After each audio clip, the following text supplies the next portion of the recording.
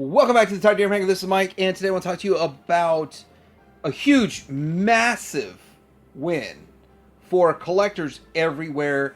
And I'm just going to try to keep this as apolitical, non-political as possible, but I'm still going to offend people with facts. Remember, if you unsub because you're offended by facts, then there's a lot of great collections that are going to be held up. The 23,000 subscriber special, just because of that fact. But I've got to talk about this.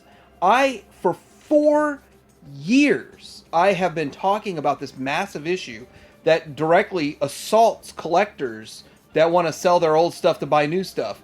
And literally, we're probably the largest group, aside from the poverty level people selling their stuff for 90% less than they actually paid for it. So I'm going to be getting into that. But this is a huge win. And I apologize to anybody for my excitement, because it's been so long since I've seen any legislation pass through Congress. Because both sides are involved. That actually helps American citizens. This is amazing. This is fantastic. But we're going to get into talking about this and more coming up. There are a couple of hurdles to overcome, and I'll talk about those. I'll hit it from all angles, like I always do. It's a midday video coming up.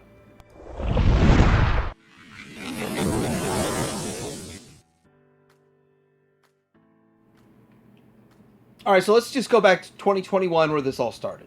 And I was so naive back then. I truly believed that they were going after the gig workers, and collectors got wrapped up in this, and they didn't think, oh, we were going to screw over people like collectors and the lowest income people that are selling their stuff for 90% less than they pay. But then I had over 100 people that drive Uber and do all these other things reach out to me and say, Mike, we already get a 1099K for this. We're already getting hit with a 1099. And I don't know if theirs is a K or one of the other. There's so many different versions of 1099. And then the tax code is ultra complicated for one reason and one reason only, actually, so that the wealthiest can cheat, and it's never going to get simplified. If we ever simplified the tax code, nobody could cheat. It's very simple. But we'll get into the wealthiest Americans in this video also, because the explanation about this bill is kind of crazy. Okay, so back then, they were going to go overnight from 20,200 items or sales online to 600 to generate a 1099K to overcomplicate your tax situation to where you can no longer take advantage of the free tax services that are out there, because now you go from an easy to a very complex tax return according to all tax preparation people that I have spoken with. It's actually so bad back then, the IRS had to delay the implementation of $600 reporting threshold for the third-party payment platforms, 1099K. And now there's discussions on both sides of this. The truth is that most corporations couldn't shift fast enough to send out, what is it going to be? It was going to be 80 to 100 million 1099Ks. And that they've never sent out before, ever. And it would have flooded the IRS. And so, I touted the IRS fought for the little people, because the government wasn't at the time. And I'm not being political. I'm just speaking out. If the government does it, the government does it. If the mailman does it, the mailman does it. If the butcher does it, the baker does it, the candlestick maker does it, I'm going to point them out. But the reality of it is that now we were suffering from this situation back in the day. We still haven't seen the 600 reporting, because the IRS themselves are more powerful, believe it or not, more powerful than the White House. And they stopped it from happening for 2 or 3 years. Now, understand this, all this happened in late November, too. So the whole world's expecting that the U.S. is going to send 1099Ks out to 80 to 100 million people that sold stuff online, and November 27th comes along and like, we've decided we're not going to do it this year. We're not going to do it in 2022. We're not going to do it in 2023. And then 2024 is the first year we're going to start stepping it down. So we're in the 2025 is supposed to be $2,500 step down.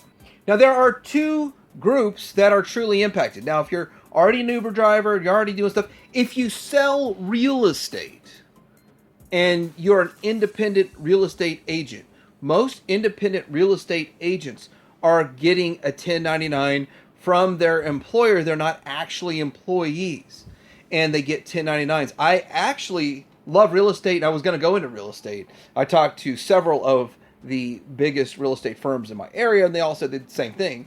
They would 1099 me, and that scared me enough to just say, I'll just keep doing what I do. I'm not going to do this. But, maybe back then I should have made the switch and figured it all out. But the reality of it is that the other group of people, other than collectors that are affected, the group of people that are affected are the lowest poverty level people. Now, you got to understand that the old threshold of 20,000 is the poverty threshold for a household of two. And the single, like if you're just by yourself and you're single, 14,580 is considered poverty level. So 20,000, you're really just messing with the poverty level. These people that sell stuff are generally selling their used items around the house to pay their electric bill, to pay their gas bill, to pay the rent, or maybe a house payment, but probably just rent, and don't want to get evicted. So they're selling stuff from around the house, stuff that they need. You know what? We don't need an outside grill anymore because we'll sell it for, guess what? They're not getting $300 out of their grill. They're selling it for $50 or $30. They're getting next to nothing for their stuff. And if they were to sell it online, if they were to do a Venmo or a PayPal, then the IRS is getting involved. If they sold $600, do you know what an electric bill is? Do you know what rent is? If they sold their stuff around the house, they have a complicated tax return. That's why this was such a big problem. Enter Grover Norquist, who is actually someone who I've followed his career for a while, but I haven't heard anything out of him for a decade. But what he basically does is he has people sign the Norquist tax pledge, both sides of the aisle. And he's considered a villain because he follows up on this to not increase taxes. Mostly on the middle class. If you do understand how the tax code works, the middle class bears the brunt of the taxation. And I will talk about that when we get to the billionaires, because everybody's going to want to hear about that. And so with all of this, he came out and he gave an interview and he said, yes, this bill has a lot of spending in it, but it also has a tremendous amount of tax cuts, which is what he wants. Do understand by the end of this year, in 2025, every single middle class human being that makes money in America would have had a 4% increase in their taxes if this didn't go through, and this went through to extend those tax cuts, because that's kind of how things work. Do you really understand how this works? Is that we get tax cuts, they expire, Norquist's there to make sure they go back into place. By the way, every single thing I've heard about this guy, I love. And I heard 3 positives, 100 negative comments, and every negative comment about him made me like him even more. You mean he doesn't give up on eliminating taxes? He doesn't give up on the pressure on Congress to vote?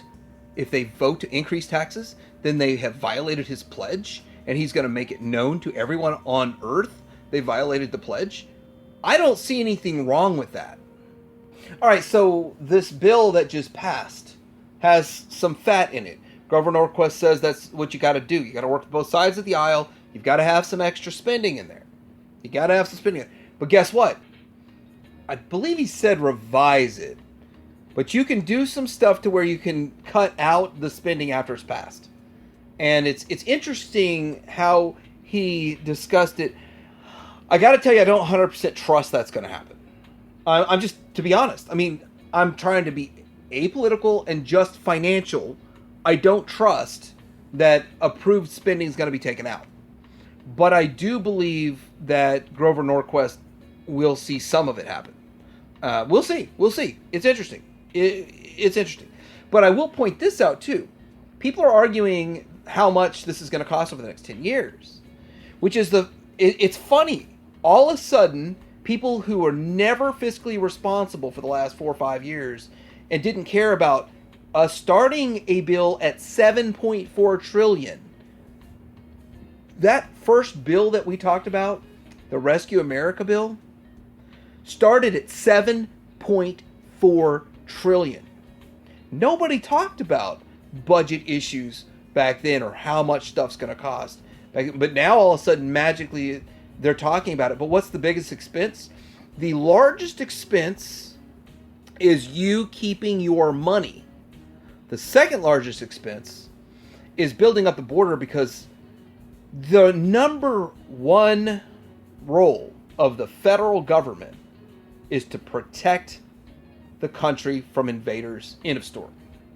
Now, you're going to hear the crazy fun stuff. $3 trillion over the next 10 years. I mean, we're going to see $20 trillion over the next 10 years, $30 trillion over the next 10 years. I'm not going to see $3 trillion. So, whatever nonsense you hear about the $3 trillion. If things don't change, we're adding 30 to 40 trillion over the next 10 years. Possibly 70 trillion. We will see how things go. So the 3 trillion sounds like a drop in the bucket, right? But the reality of it is they're saying most of the tax cuts are going to the ultra wealthy. But the ultra wealthy don't need it.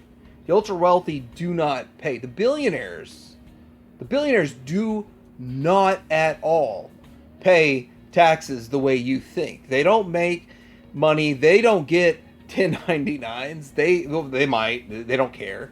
They get 15 of them. They don't care. They don't care about $20,000. They don't care about that. See, it just proof right here that we're hearing the billionaires get the tax cuts, but the reality is that the poverty level people are getting the tax cuts. If you really understood money and how billionaires maintain their wealth is not sitting in cash. They don't get a W-2. They don't fill out a W-4. Their money is in assets, and they set up these foundations. They're saying that they're doing some sort of charity work. Whether they do or not, it doesn't matter. The charity itself costs a couple $100,000. They shelter a couple $100 million or a couple $100 billion behind those tax shelters and never have to pay taxes. And that's one of many different loopholes that will never get closed. Billionaires do not need tax cuts. They've already got them. All right, so last thing I want to wrap this up, because it's just a quick video. There's not a whole lot to talk about. But I want to say this, that not only will collectors do better with being able to sell their stuff to buy, say, a HasLab or the new mask stuff, or just maybe a statue or something else that they want. Or maybe, guess what? They want to buy a fridge and a washer, and they're looking at their toy collection and wanting to sell it. It's none of the government's business what you're selling of your own personal merchandise. I mean, obviously, if you're selling $2 billion worth of stuff, well, then the government's going to find out. But you're just selling it, pretty much getting your money out of it. And just trust me, in 2025, most collectors are barely breaking even if they sell stuff. And with that, this change will it'll echo out. It'll take a couple of years to echo out, and we will start seeing casual sellers get back into selling online. Why is that important? Because I'm sitting here in Oklahoma, and I'm missing hundreds of parts and pieces and figures and things that I need. People up there at a toy show in Pennsylvania have what I need. Won't sell it to me online. They just won't. They'll get back to it once this is resolved, and I'll be able to complete collections. So maybe I should just take a break on collecting until this is all worked out, and it's probably not going to go into effect in 2025. See, I've just went on eBay, and I checked eBay, and eBay still is sitting with the old standard, which 2023, 20,000, 2024, 5,000, 2025, 2,500, 2026, 600. And with that, this year, we don't know. Maybe it will go into effect in time, and November 30th or 25th or whatever, they're going to come out and say, oh, guess what? Now it's back to the old standard, which is great. But I do believe 2026 will be back to the old standard. Business as usual. Freedom for all in America. Coming once again. But let me know what you think about this whole topic. And if I offended you, guess what? Maybe I woke you up. Maybe I woke you up. What do I want on my gravestone? That I watched my country just get demolished and destroyed, and I sat around losing my freedoms every day? Heck no. I'm going to fight for freedom till my last breath. Like a scribe. Cut your finger out.